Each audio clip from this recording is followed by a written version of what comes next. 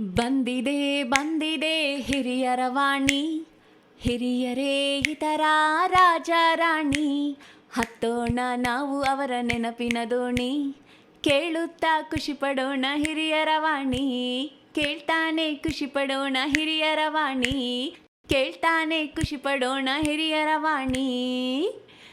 ಇದು ಹಿರಿಯರ ಕತೆ ಹಿರಿಯರ ಜೊತೆ ನಿಮ್ಮ ಹಿರಿಯರ ವಾಣಿಯಲ್ಲಿ. ಕೇಳ್ತಾನೆ ಇರಿ, ಖುಷಿಯಾಗಿರಿ. Hello listeners, this is your KL Rao and I welcome you all to Anubhav, a joint project of National Institute of Social Defense, Ministry of Social Justice and Empowerment, Government of India, and Media for Community Foundation implemented by Nightingale Medical Trust. Project conceived by Dr. R. Sridhar, Project Investigator Alok Verma, Coordinators Pooja Murada, Sai Sudha, Kaushalya. Government of India has initiated Elder Line toll-free number 14567.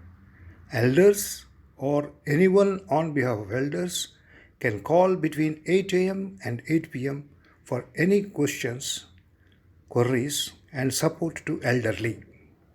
Today I'll talk about J.R.D. Tata, Jahangir Ratanji Dadabhai Tata. He was born on July 29th in 1904 at Paris. Indian businessman, Indian aviation pioneer who created India's first airline and oversaw the dramatic expansion of the Tata Group, India's largest industrial empire. Tata was born into one of India's wealthiest families, but his mother was French and he spent much of his childhood in France. As a result, French was his first language.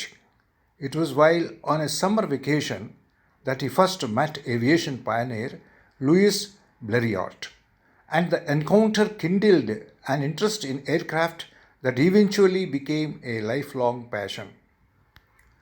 After studying in France, Japan, and England, Tata served in the French army for a year. He had planned to study engineering at the University of Cambridge, but was compelled to return to India to assume his role in the Tata family business in 1925. Established in 1868 by Tata's great-grandfather, the Tata Group was one of India's largest business group. Within a year, his father had died, and Tata took his place as director of Tata Sons, the group's flagship company. Tata surrendered his French citizenship in 1929, and that same year, he became one of the first Indians to gain a commercial pilot's license. In 1932, Tata established Tata Airmail, a courier service connecting Karachi, Ahmedabad, Bombay and Madras. In 1938, when Tata took charge as chairman of the Tata Group, he was at age 34, the youngest member of the Tata Sons board. He rebranded his airmail service as Tata Airlines, making it India's first domestic carrier. And in 1946, he changed the rapidly growing company's name to Air India.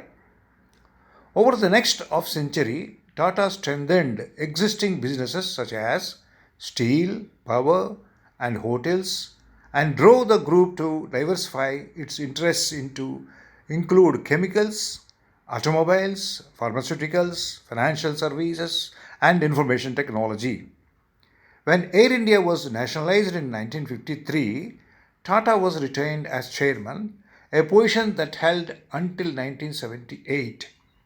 In 1991, he stepped down from Tata Sons at the age of 87.